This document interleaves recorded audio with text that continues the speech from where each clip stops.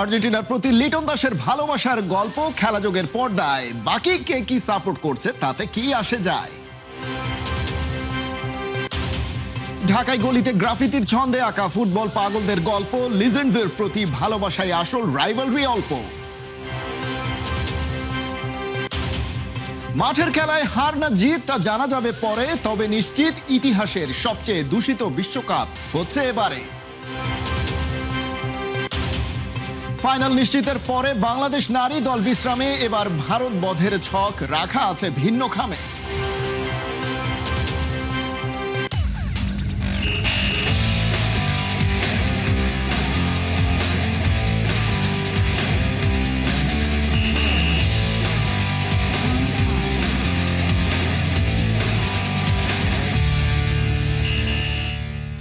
স্বাগত খেলাযোগে, আপনাদের সাথে আছি খালিদ জামিল। ব্রাজিল নাকি আর্জেন্টিনা, মন্ত্রীপাড়া থেকে ক্রিকেট পাড়া সবখানেই লাগতে শুরু করেছে বিশ্বকাপের উন্মাদনা। চলছে তর্ক আর কথার লড়াই, কেউ কাউকে ছাড় দিতে নারাজ। অস্ট্রেলিয়ার বিপক্ষে হোম সিরিজের ফাঁকেও ক্রিকেটাররা আয়োজন করে দেখবে নিজের প্রিয় দলের খেলা। বিশ্বকাপ জুড়েই খেলাযোগ জানাবে তাদের বিশ্বকাপ ভাবনার কথা। আজ থাকছে টি-20 ক্যাপ্টেন লিটন দাসের আর্জেন্টিনা প্রেমের গল্প। নাহিয়ান বিন জসিমের রিপোর্ট।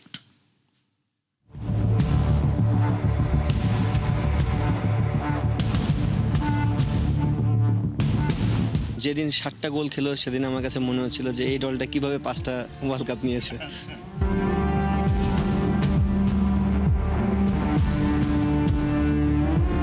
অবশ্যই সম্পূর্ণ চাপে রাখবো মুখ দিয়ে, যতক্ষণ পারবো মুখ দিয়ে চলতে থাকবে। আমার মনে হয় আমি শান্ত যথেষ্ট, ট্রাই করবো সবগুলোকে কোণঠাসা করার জন্য। 6 বছরেও আর্জেন্টিনা আনতে পারলেন না? চেষ্টা করিনি। আমার মনে হয় সাপোর্টার যারা ব্রাজিলেই থাক, তারা ডিজার্ভ করে না আর্জেন্টিনায় আসার জন্য। চেষ্টা করবো এবারের জন্য মেসি আমাদেরকে ওই সুযোগটা করে দেয় এবং আবার নেক্সট ইয়ার পর্যন্ত চলতে থাকবে। জার্সি পরানো নিয়ে কি যুদ্ধ হয়? চেষ্টা করবো এমন একটা জার্সি বানানো যে হাফ হাফ থাকবে, ব্রাজিলও থাকবে আর্জেন্টিনাও থাকবে।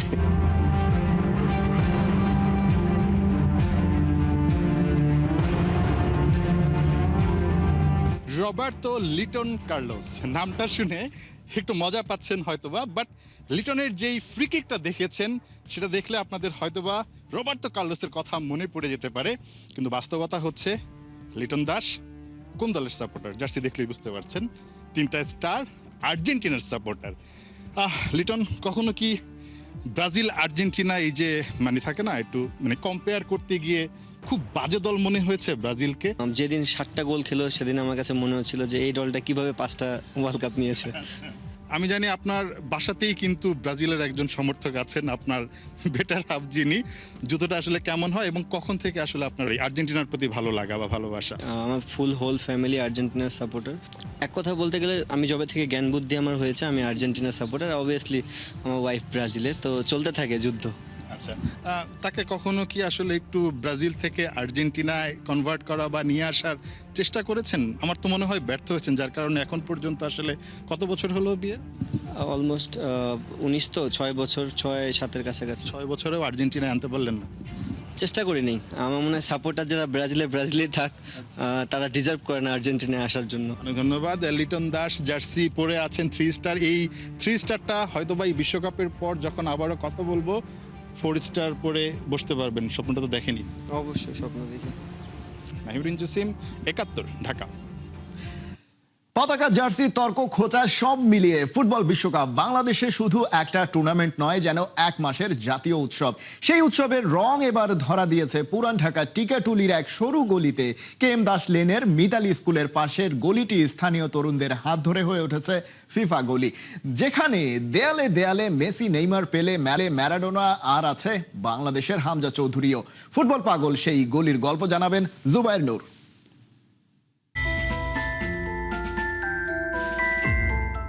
এই গলিতে কেউ শুধুমাত্র একজন দর্শক নয়, যেই পথচারী থেমে ছবি তুলছেন, যিনি দেয়ালে রং করেছেন, যিনি ব্যানার টাঙিয়েছেন, যে ছোট ছোট বাচ্চারা বল পায়ে ছোটাছুটি করছেন, এমনকি যেই অভিভাবকরা তা দেখে হাসছেন, সবাই এক উৎসবের অংশ। যেই উৎসবের নাম the greatest show on earth, FIFA বিশ্বকাপ। আর এই উৎসবকে গায়ে মাখিয়েই এলাকাবাসী তৈরি করলো এক ফুটবল পাড়া, যার নাম ফিফা গলি। এখানে ফুটবল শুধুমাত্র একটা খেলা নয়, এখানে ফুটবল রীতিমতো প্রেমের নাম, এখানে ফুটবল রীতিমতো এক পাগলামির নাম। টিকাটুলি KM দাস লেন, মিতালি স্কুলের পাশের গলি, ওরফে ফিফা গলি। গলির মুখে নীল ব্যানার, দেয়ালে দেয়ালে বিশ্ব ফুটবলের মুখ। কোথাও মেসি বিশ্বকাপ ট্রফিতে চুমু খাচ্ছেন, কোথাও নেইমারের চোখে স্বপ্ন ছোঁয়ার আগুন, মিশন হেক্সার আগুন। ম্যারাডোনার বিশ্বজয়ের চিৎকারের পাশে পেলের বিজয়ী হাসি, আর তার পাশেই আছে বাংলাদেশের পোস্টার বয় হামজা চৌধুরী, যিনি মনে করিয়ে দেন বাংলাদেশও একদিন এই গ্রেটেস্ট শো অন আর্থের মঞ্চে যাবে, এবং সেটা খুব বেশি দূরে নয়। বাংলাদেশে হামদা ছবি আঁকছি, আপনার আরও জামাল ভাইয়ের ছবি আঁকবো। বাংলাদেশ নাই, কিন্তু এই ওয়ার্ল্ড কাপে আমাদের ইয়েতে যে বাংলাদেশও খেলতেছে এরকম আমরা কেন নেক্সট ওয়ার্ল্ড কাপে আমরা চিন্তা করি, নেক্সট ওয়ার্ল্ড কাপ বা পরের ওয়ার্ল্ড কাপে বাংলাদেশ আমরা স্বপ্ন দেখি বাংলাদেশ জানি খেলতে পারে। ব্রাজিলের রোনালদো নাজারিও থেকে শুরু করে আর্জেন্টিনার ডি মারিয়া বাদেও দেয়ালে জায়গা করে নিয়েছেন তরুণ প্রজন্মের আইকন ফ্রান্সের এমবাপ্পে কিংবা স্পেনের দামাল লামিনে ইয়ামাল। তবে এখানেই শেষ নয়, উৎসবের এই রং ছড়াতে আরো অনেক বাকি। এই আয়োজনটা তো মাত্র অর্ধেক করছি, মানে বৃষ্টি বাদল আবার যে ঈদ ছিল এই কারণে করতে পারিনি। এই আবার কিছুদিনের ভিতরে 3-4 দিনের ভিতরে পুরো আয়োজনটা কমপ্লিট হয়ে যাবে। আর আমাদের এখানে প্রজেক্টরের ব্যবস্থা আছে, এলাকার সবাই ছোট বড় সবাই একসাথে খেলা দেখবো। এখানে ছোটদের আবার আপনার টুর্নামেন্ট আছে, আবার ছোটদের জন্য খাবার আছে, জার্সি মার্সি সব কিছু আয়োজন আমরা করছি।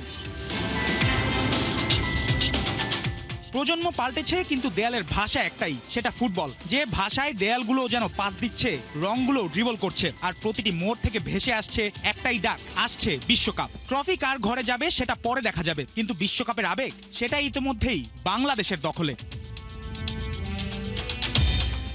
না আসলে ভাব দেখতেছি না, এটা তো পাঁচটা নিয়ে যে সেই থামছে আর আগাইতেছে না, পাঁচটা নিয়ে থাকছে। তো আর্জেন্টিনা ভাত খায় না, আর্জেন্টিনা তেয়ারি খায়।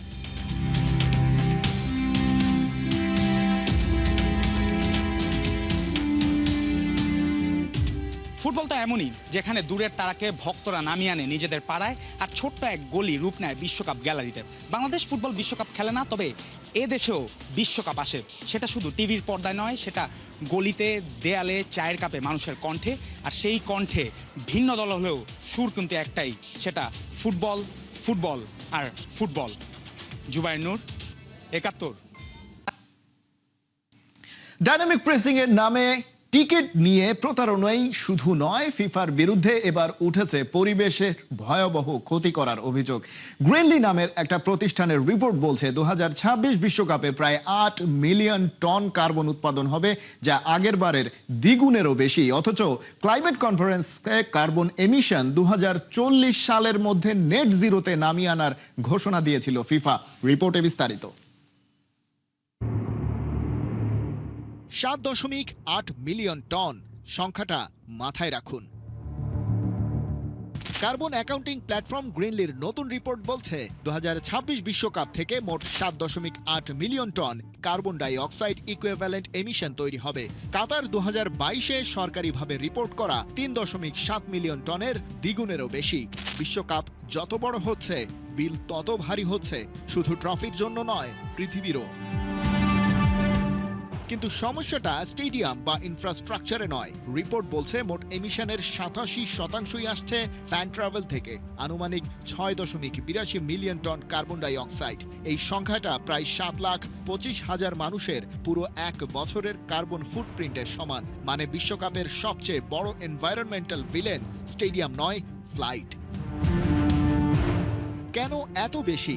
এবার 48টা দল, 104টি ম্যাচ, কাতারের চেয়ে 40টি বেশি, আর একটি শহরের পরিবর্তে 3টি দেশের 16টি সিটিতে খেলা। দোহায় সব ম্যাচ এক জায়গায় ছিল, ফ্যানরা একবার গেলেই চলতো। এবার নিউ ইয়র্ক থেকে লস অ্যাঞ্জেলস, ডালাস থেকে ভ্যাঙ্কুভার, প্রতিটা ম্যাচে নতুন ফ্লাইট। ইন্টারন্যাশনাল ভিজিটররা মোট অ্যাটেন্ডেন্সের মাত্র 35%, কিন্তু ট্রাভেল রিলেটেড এমিশনের 74% তাদের থেকে। গড় রাউন্ড ট্রিপ 19,400 কিলোমিটার, কাতার বিশ্বকাপের চেয়ে অনেক অনেক বেশি। তুলনাটা কাতারের সাথে করলে একটা মজার ছবি বের হয়। কাতার বিশ্বকাপে 7টি নতুন স্টেডিয়াম বানাতে হয়েছিল ইনফ্রাস্ট্রাকচার একাই মোট ফুটপ্রিন্টের 1/4। এবার বেশিরভাগ ভেন্যু এক্সিস্টিং NFL আর sports stadium, infrastructure related emission মাত্র 3.1%। স্টেডিয়াম বানানোর সমস্যা নেই, কিন্তু ফ্লাইটের সমস্যা আরও বড় হয়ে গেছে। অথচ ফিফা কোপ 26-এ প্রমিস করেছিল 2030-এর মধ্যে 50% এমিশন কমাবে, 2040-এর মধ্যে নেট জিরো। কিন্তু গ্রিনলির রিপোর্ট বলছে 104 ম্যাচের এক্সপান্ডেড টুর্নামেন্টের জন্য ফিফা এখনো কোনো আপডেটেড এমিশন এস্টিমেট পাবলিশ করেনি। গ্রিনলির কো-ফাউন্ডার অ্যালেক্সিস নরম্যান্ড বললেন সোজা কথা, ইভেন্ট আরো ডেন্স, আরো ভালো কানেক্টেড রিজিয়নে করতে হবে, ট্রাভেলের ডিস্টেন্স কমাতে হবে, সাস্টেইনেবিলিটি, হোস্ট সিলেকশনের ক্রাইটেরিয়া বানাতে হবে। ফুটবল প্রতি 4 বছরে বিশ্বকে এক করে, কিন্তু সেই একত্রিত হওয়ার খরচটা কে দিচ্ছে? পরিবেশের যে ক্ষতি হচ্ছে সেই ক্ষতিপূরণই বা দেবে কারা? সেই প্রশ্নটা এখন মাঠের বাইরেও উঠছে। খালিদ জামিল, 71। ইতিহাসের সর্বকালের সেরা দল নিয়েই কি বিশ্বকাপ খেলতে যাচ্ছে পর্তুগাল? মার্কেট ভ্যালু তো সে কথাই বলছে। পেছনে ফেলেছে আর্জেন্টিনা, ব্রাজিলের মতো হেভিওয়েট দলগুলোকে। CR7-এর হাতে শিরোপা ওঠার সব বন্দোবস্ত করেই কি মাঠে নামছে পর্তুগিজরা? আবু নাইমের রিপোর্টে বিস্তারিত। হাতে মরলে লাখ টাকা আর ক্রিশ্চিয়ানো রোনালদো বুড়ো হলেও তার দাম বিলিয়ন ডলারের নিচে নামে না। সৌদি প্রো লিগের কথাই ধরুন না, কোথায় উঠতি ক্লাবগুলো তরুণ ফুটবলারের পেছনে ইনভেস্ট করবে ভবিষ্যতের কথা মাথায় রেখে, তা না করে CR7-এর পেছনে দেদারসে ঢালছে টাকা। মাঠের পারফরম্যান্স আর ব্র্যান্ড ভ্যালুতে আল নাসেরকে অবশ্য ভালোভাবেই পুষিয়ে দিচ্ছেন পর্তুগিজ তারকা, যেটা কিনা মহাকালের মহাজাগতিক ফুটবলার খ্যাত লিওনেল মেসিকেও ঠিক পেরে উঠছে না। কিন্তু এবারের বিশ্বকাপে স্রেফ রোনালদোই তো হাইলি রেটেড ফুটবলার নয়। অবস্থা এমন যে ওদের টোটাল স্কোয়াডের দাম ছাড়িয়ে যাচ্ছে 5 বারের বিশ্ব চ্যাম্পিয়ন ব্রাজিল, ডিফেন্ডিং চ্যাম্পিয়ন আর্জেন্টিনাকেও। পর্তুগাল কি নিজেদের ইতিহাসের সর্বকালের সেরা দলটা নিয়েই এবারের বিশ্বকাপ খেলতে এলো কিনা সেই আলোচনায় ঘি ঢালছে ওদের স্কোয়াড ভ্যালুয়েশন। 2006 থেকে 2026 গেল 20 বছরে যত বিশ্বকাপ হয়েছে প্রত্যেক আসরেই খেলেছেন রোনালদো। গেল আসরেই দারুণ একটা দল পেয়েছিলেন CR7, তবে সেই তারা 4 বছর পর এসে আরও পরিণত। 2022 বিশ্বকাপের চেয়েও শক্তপোক্ত। পরিসংখ্যান বলে এটাই সবচেয়ে দামি স্কোয়াড পর্তুগিজদের হিস্ট্রিতে, যেখানে ব্রাজিল, আর্জেন্টিনাও পাত্তা পায়নি। স্কোয়াডের বর্তমান বাজার দর 101 বিলিয়ন ইউরো, বাংলাদেশি মুদ্রায় যা 14-15 হাজার কোটি টাকা। এই স্কোয়াডের মিডফিল্ডের দামই তো 417 মিলিয়ন ইউরো, যা টাকায় 5,500 কোটির বেশি। ফরওয়ার্ড লাইনের দাম 214 মিলিয়ন, আর ডিফেন্সের transfer market value 325 million euro. অর্থাৎ এই দলটা যদি বাজার দামে কিনতে হয় তবে টাকার অঙ্ক যথেষ্ট হওয়া চাই। খেলার প্রাণ বলা হয় মিডফিল্ডকে, আর সেখানেই পর্তুগাল রেখেছে ইউরোপের অন্যতম সেরা তারকাদের। পিএসজির হয়ে চ্যাম্পিয়ন্স লিগ জেতা ভিতিনহা, জোয়াও নেভেসরা আছেন, সেই সাথে ব্রুনো ফার্নান্দেজ, রুবেন নেভেজের মতো তারকারাও। ঠিক এতটা শক্তিশালী মিডফিল্ড এর আগে পায়নি পর্তুগাল। শিরোপার রেসে দারুণ ফাইট হতে পারে এবার, তবে চমকটা দেখিয়েছে ব্রাজিল আর আর্জেন্টিনাকে পেছনে ফেলে। সেলেসাওদের দাম 943 মিলিয়ন ইউরো, ডিফেন্ডিং চ্যাম্পিয়নদের 799 মিলিয়ন ইউরো। মাঠে নামার আগেই যেন এক ধাপ এগিয়ে পর্তুগাল গেল। এই স্কোয়াডের আরও একটা ভালো দিক, বড় কোনো তারকাকে নিয়েই তেমন ইনজুরি কনসার্ন নাই। ভিতিনহা থেকে রোনালদো পর্যন্ত প্রায় সবাই ফুল ফিট। অথচ ব্রাজিল, আর্জেন্টিনা, স্পেনের মতো দলগুলো তাদের সেরা তারকাদের রিপ্লেস খুঁজছে ইনজুরির কারণে। এসব বিষয় মিলিয়ে এবার ব্যালেন্সড অ্যান্ড হাই প্রোফাইল একটা টিম বানিয়ে যাচ্ছে বিশ্বকাপে। ট্রফি বাগানোর সব রসদই আছে, অস্ত্রগুলো শুধু ঠিকঠাক কাজে লাগানো চাই। আবু নাইম, 71। বিশ্বকাপ ঘিরে পাগলামির শেষ নেই। এবার 3 আর্জেন্টিনার সমর্থক প্রায় 300 দিন সাইকেল চালিয়ে পৌঁছে গেছেন যুক্তরাষ্ট্রের কানসাসে। সেখানেই আকাশী নীল দল বিশ্বকাপ ডিফেন্ড করার মিশনে আসন গেড়েছে। 2 চাকায় প্রায় 17,000 কিলোমিটার পথ পাড়ি দেওয়ার গল্প মঈন হাসানের রিপোর্টে। সিনেমার রূপালী পর্দার গল্পকেও হার মানায় বাস্তব জীবন। কখনো কখনো মানুষের উন্মাদনা আর আবেগ এমন এক উচ্চতায় পৌঁছায় যা রূপকথাকেও হার মানায়। ঠিক এমনই এক অবিশ্বাস্য রুদ্ধশ্বাস আর রূপকথার জন্ম দিলেন 3 আর্জেন্টাইন ক্রেজি ফ্যান। লক্ষ্য উত্তর আমেরিকা, মিশন প্রিয় দল আর্জেন্টিনা আর ফুটবল জাদুকর লিওনেল মেসিকে সমর্থন জোগানো।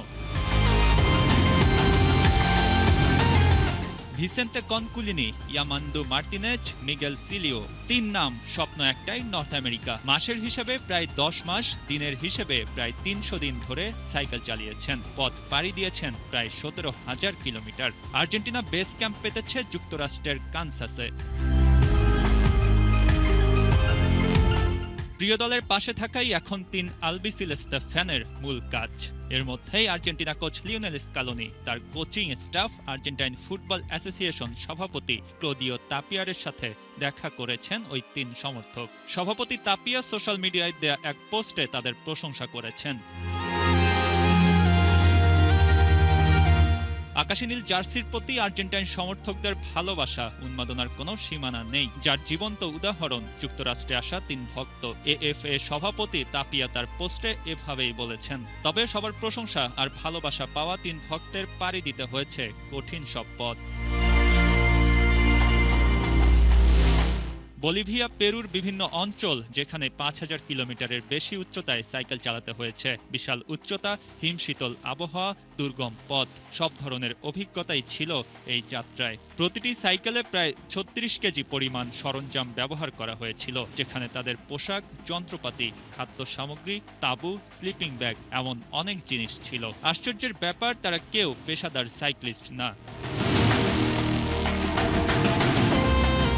মাত্র 2 ধরনের ভালোবাসায় তারা 3 জন এক হয়েছিলেন: ভ্রমণ করার নেশা আর আর্জেন্টিনা ফুটবল দলের প্রতি ভালোবাসা। স্মরণীয় এই যাত্রা আরো পূর্ণতা পাবে লিওনেল মেসির হাতে আরেকবার বিশ্বকাপ শিরোপা উঠলে।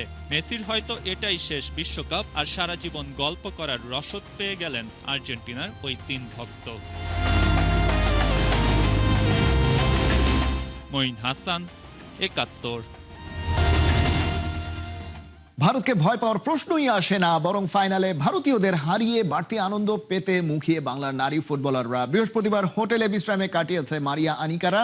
দলের সহকারী কোচ আবুল হোসেন জানিয়েছেন, নিজেদের ও প্রতিপক্ষের দুর্বলতা ও শক্তিমত্তা নিয়ে অ্যানালাইসিস করেছে বাংলাদেশ দল।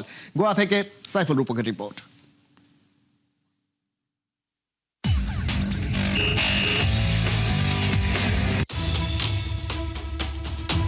পিটার বাটলার কি লিখছেন?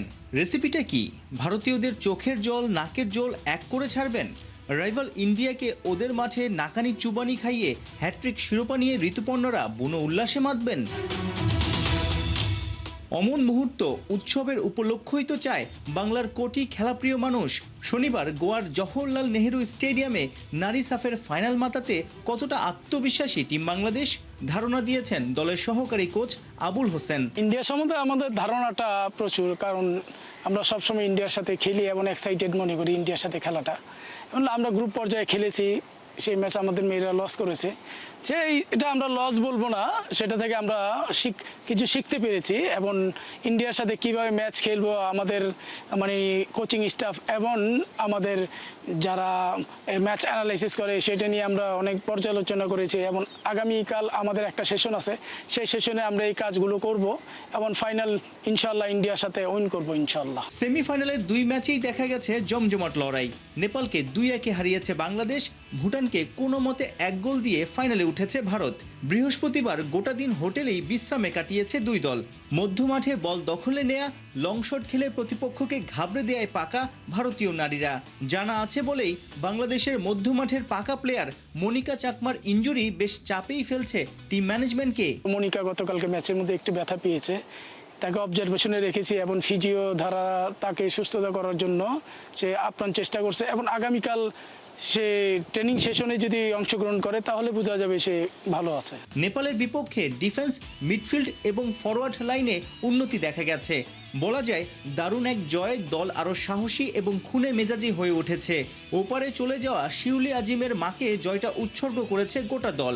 দলের অভিজ্ঞ ডিফেন্ডার শিউলি এখন কেমন আছে? ফাইনাল খেলতে কি প্রস্তুত?